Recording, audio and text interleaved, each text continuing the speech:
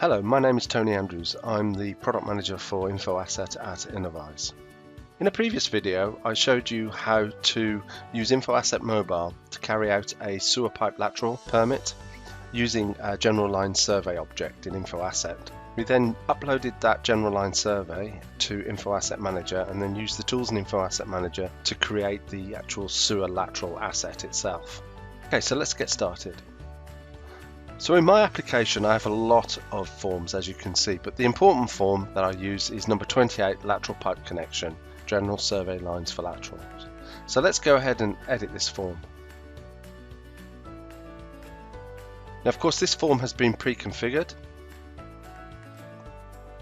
There is another video in this training series that shows you how to actually begin to configure forms in order to support these types of workflows. I'm just going to concentrate on the most important details related to the workflow in carrying out a sanitary sewer lateral permit using a general line survey. So just to reinforce that, if I click on ID in the form itself, you can see on the left hand side it opens up the general line survey attributes. So you can see I'm using a general line survey in order to carry out the sewer lateral permit. Now the first thing I need to do is configure the form to be able to use the map, and in order to be able to do that we click on the background of the form, not any of the data fields or the panels, right, but the actual background of the form. And you can see that there's a green color that's highlighted to show that you're actually clicking on the background, and what that does over on the left hand side is open up the actual form's property fields. We need to go down to the map region,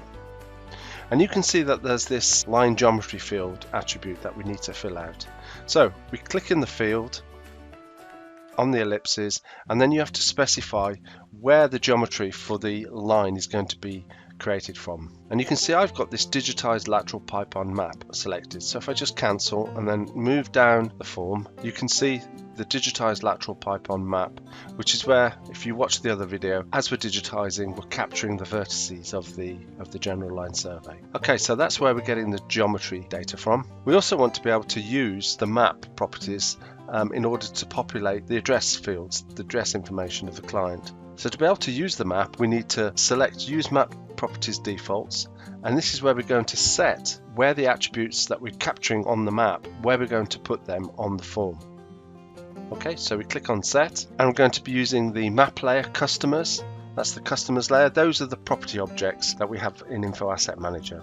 And then you just need to click on Set, and in this dialog you can see the source field, which are the data fields that we're using on the map, and we're mapping those data fields to the target fields on the form. So when I click on a customer property polygon on the map, it's going to pick off the property address and then apply that to the street address on the form. And in order to be able to do that, you just need to basically just click on the row and then choose the data field that you want to assign it to.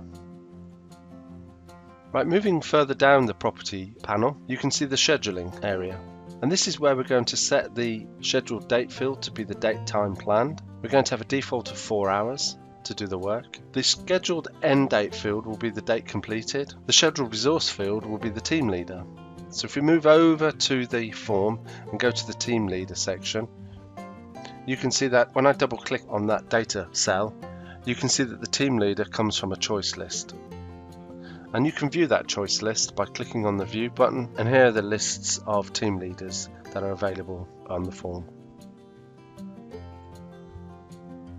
Right, we've also got some values that are being calculated on the form itself. So you can see here we've got asset ID, and we're using the parcel reference selecting from the map, and that's this field up here, parcel reference select from the map. So basically when we select the parcel on the map, it will populate this data field, and it will also then reference it in under Asset ID. You can also set the ID of the sanitary sewer lateral permit. Double clicking on the data cell again, you can then begin to construct the ID of the report. And in this case, we're going to use that same exact parcel reference, and we're going to then append the current short date and time. That will then create the ID. Moving down, the most important component on the form, I guess, is the digitized lateral pipe on the map. And if I click on that data field, the digitized lateral pipe on the map, you can see on the left hand side that it's selected the points table, and here you can see the elevation, the remark, the X and Y coordinates that are available to me. So now I've explained how we can configure an InfoAsset Mobile General Line Survey form in order to collect a lateral pipe connection. Let's take a look and see what that form actually looks like. So back to our report list, and I'm just going to open number 28 so we can view it. And so this is the output from the configuration that we've just done, and you can see we've got 3 pages. Here are all the site details,